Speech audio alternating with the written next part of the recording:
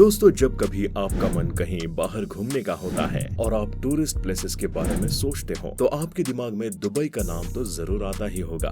Dubai दुनिया के best hot tourist places में से एक है। दुबई में हर साल 50 से 60 लाख टूरिस्ट घूमने आते हैं, जिसका मुख्य कारण है यहाँ का इंफ्रास्ट्रक्चर। दुनिया की सबसे ऊंची बिल्डिंग बुर्ज खलीफा, यहाँ का famous water front Dubai Marina टूरिस्टों का ध्यान अपनी ओर खींच ही लेता है। लेकिन आपके मन में ये सवाल तो जरूर आता होगा कि आखिर दुबई के पास इतना पैसा कहां से आया और क्या दुबई हमेशा ऐसा ही रहेगा। दुबई का कहना है कि वो तेल पर निर्भर नहीं है और वो आने वाले कुछ सालों में और तरक्की करेगा, लेकिन आंकड़े तो कुछ और ही बयां कर रहे हैं। तो चलिए जानते हैं कि वो कौन से कारण हैं जिनके चलते दुबई आने वाले समय में शायद इतनी तरक्की न कर पाए या शायद दुबई खत्म हो जाए। सबसे पहले जानते हैं कि दुबई के पास इतना पैसा आया कहां से।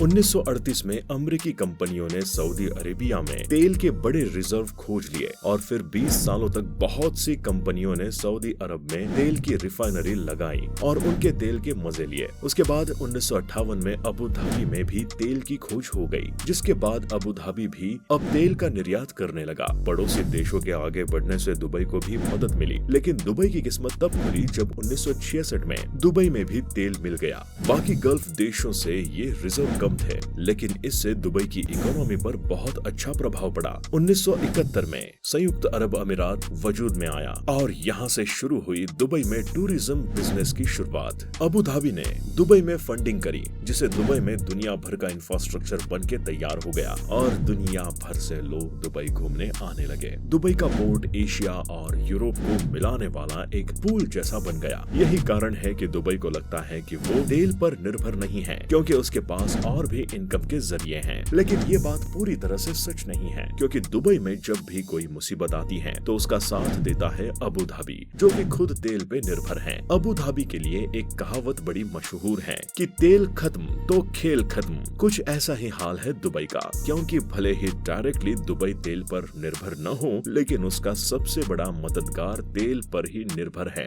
2008 में फाइनेंशियल क्राइसिस होने पर अबू धाबी ने दुनिया को $10 बिलियन का कर्ज दिया था। बात करें अगर दुबई की रियल एस्टेट की, तो ये बड़ी ही यूनिक है, क्योंकि जहां दुनिया भर में रियल एस्टेट के दाम बढ़ रहे हैं, वहां दुबई इकलौता है जिसके रियल एस्टेट का दाम पिछले 8 सालों से लगातार गिर रहा है, जिसका मेन कारण है यहाँ की बिल्ड एंड वेलकम की पॉलिसी। इसका अर्थ है कि बनाते रहो और बाहर से लोग इसे खरीदने आएंगे। लेकिन दोस्तों, इनकी यही पॉलिसी इन्हें ले डूबी, क्योंकि इन्होंने डिमांड एंड सप्लाई वाला कॉन्सेप्ट शायद नहीं पढ़ा था। इन्होंने इतनी बिल्डिंग बना डाली है कि बनी हुई बिल्डिंग ही खाली पड़ी है और ये और बनाते जा रहे हैं, तो जाहिर सी बात है कि इनकी कीमत गिरेगी ही ना।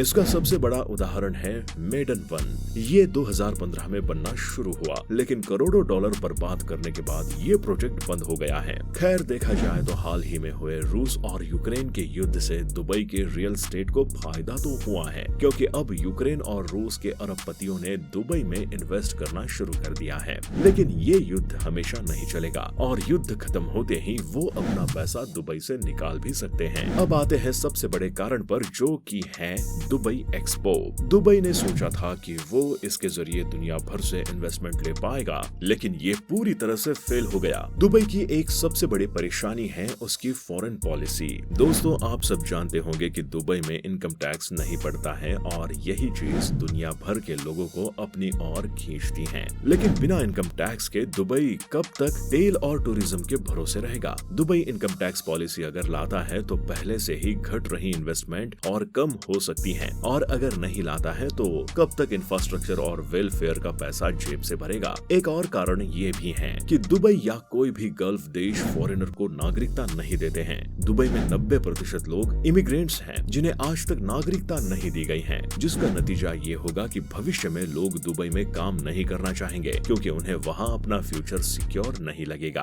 तो दोस्तों, ये कुछ कारण थे जिन पे अगर दुबई ने जल्द कुछ अच्छे फैसले नहीं लिए तो दुबई आने वाले समय में बर्बाद होने की कगार तक भी पहुंच सकता है। वीडियो पसंद आया हो तो वीडियो को लाइक करें और ऐसे ही और वीडियोस देखने के लिए चैनल को सब्सक्राइब करना ना भूलें।